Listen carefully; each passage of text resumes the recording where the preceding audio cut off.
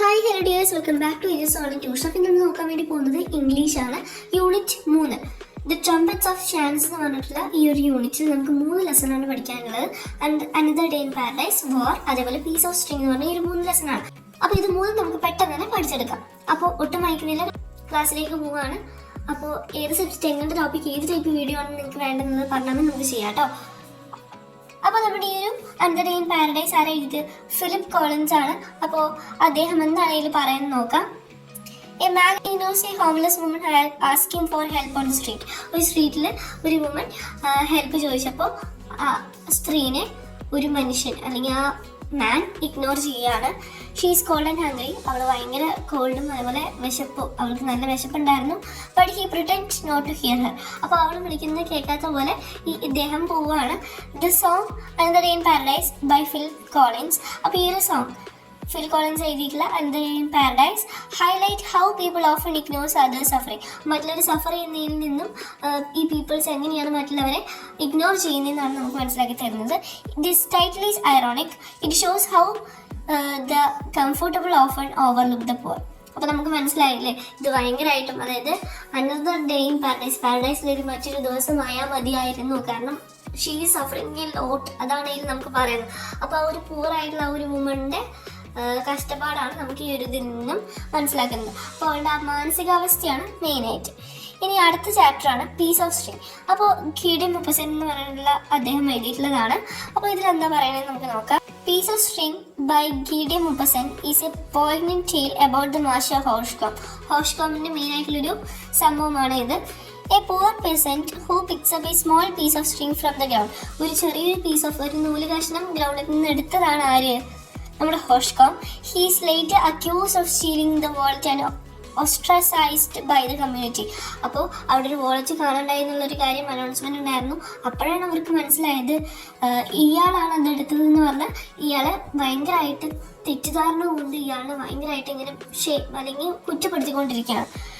Despite his protests, no one believed him because of his reputation. അദ്ദേഹത്തിൻ്റെ ആ ഒരു സത്യാവസ്ഥ അല്ലെങ്കിൽ ആ ഒരു ശരി മറ്റുള്ളവരാരും മനസ്സിലാക്കുന്നില്ല, അല്ലെങ്കിൽ മറ്റുള്ളവരാരും ഇദ്ദേഹത്തെ വിശ്വസിക്കുന്നുമില്ല. The story explores theme of social prejudice, injustice and struggle of being misunderstood. അപ്പോൾ ഇതിൽ മെയിനായിട്ട് ഈ സ്റ്റോറി നമുക്ക് മനസ്സിലാക്കി തരുന്നത് prejudice, injustice and struggle of being misunderstood. അപ്പോൾ തെറ്റിദ്ധാരണ മൂലം നമ്മളെ മനസ്സിലാക്കാൻ കഴിയാണ്ട് വരുന്ന ആ ഒരു എന്താ പറയുക, ഒരു കഷ്ടപ്പാട്, അല്ലെങ്കിൽ ആ ഒരു നമുക്കൊരു കാര്യം ഇങ്ങനെ നമ്മളിപ്പോൾ ചെയ്തിട്ടുള്ള ഒരു കാര്യം തെറ്റാണോ ശരിയാണോ, അതൊക്കെ ശരിയാണെന്നുണ്ടെങ്കിൽ മറ്റുള്ളവരെല്ലാവരും തെറ്റാന്ന് പറഞ്ഞ് നമ്മളെങ്ങനെ നന്നായി ഹേർട്ട് ആക്കുമല്ലോ. അതാണ് മിസ്അണ്ടർസ്റ്റാൻഡ്, നമ്മൾ പറയുന്ന കാര്യം മറ്റുള്ളവർ മനസ്സിലാക്കാത്ത കാര്യം. Hauchecorne innocence is never proven. അദ്ദേഹത്തിൻ്റെ ഇന്നസെൻസ് അദ്ദേഹത്തിന് തെളിയിക്കാനായി സാധിച്ചില്ല. And he dies. അപ്പോൾ ആ മനസ്സിലുള്ള ഒരു വിങ്ങലോടുകൂടി അദ്ദേഹം മരിക്കുകയാണ്. Still proclaiming he was right. എന്നിട്ട് എല്ലാം കഴിഞ്ഞപ്പോഴാണ് അദ്ദേഹം ശരിയാണെന്നുള്ള കാര്യം മനസ്സിലാക്കുന്നത്. The story highlights how societal biases can lead to unfair treatment and tragedy. അപ്പോൾ ഇതിൽ എന്ത് മനസ്സിലാക്കി തരുന്നുണ്ട്?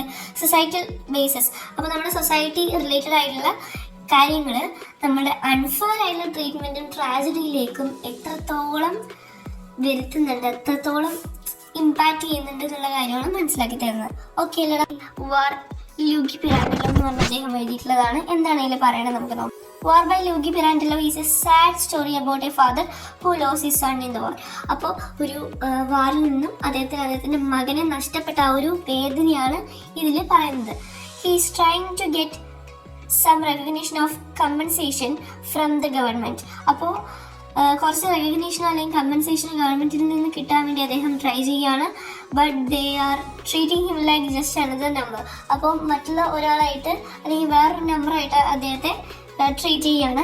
The story shows how was hurt people makes them feel unimportant. അപ്പോൾ ഇതിൽ പറയുന്നത് എങ്ങനെയാണ് മറ്റുള്ളവരെ ഹേർട്ട് ആക്കുന്നത്, എങ്ങനെയാണ് ഒരു വാർ അല്ലെങ്കിൽ ആ ഒരു വാർ പറ്റില്ല. അപ്പോൾ ആ വാറിൽ ഇപ്പോൾ പോകുന്ന അദ്ദേഹത്തിന് മാത്രമല്ല, അദ്ദേഹത്തിന് പറഞ്ഞു വിട്ടാക്കുന്ന എല്ലാവർക്കും ഭയങ്കര സാഡാണ് അല്ലേ.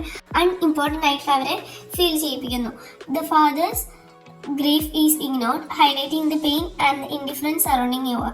അപ്പോൾ ഇതിൽ മെയിനായിട്ടും മറ്റേ അദ്ദേഹം, അതായത് എൻ്റെ ഫാദർ കരയാണ്ട് ഇങ്ങനെ നല്ല വൃത്തിക്ക് ഇങ്ങനെ നിൽക്കാൻ വേണ്ടി ഇങ്ങനെ നിൽക്കുമായിരുന്നു. അപ്പോഴാണ് പെട്ടെന്ന് ഒരാൾ വന്നിട്ട് is your sun is dead എന്നുള്ളൊരു ക്വസ്റ്റ്യൻ ചോദിക്കുന്നത്. അപ്പോൾ അദ്ദേഹത്തിന് അത്രത്തോളം പിടിച്ചു നിൽക്കാൻ കഴിഞ്ഞ അദ്ദേഹം പെട്ടെന്ന് പൊട്ടി ഒരു ലൈക്ക് കിട്ട് അദ്ദേഹം ഭയങ്കരമായിട്ട് കരയാനായിട്ട് പിന്നീട് തുടങ്ങി. ഓക്കെ അല്ലേ?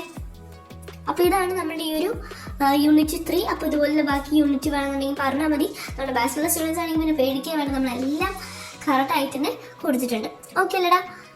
അപ്പോൾ ഇനി അടുത്ത വീഡിയോയിൽ കാണാം. Okay, by.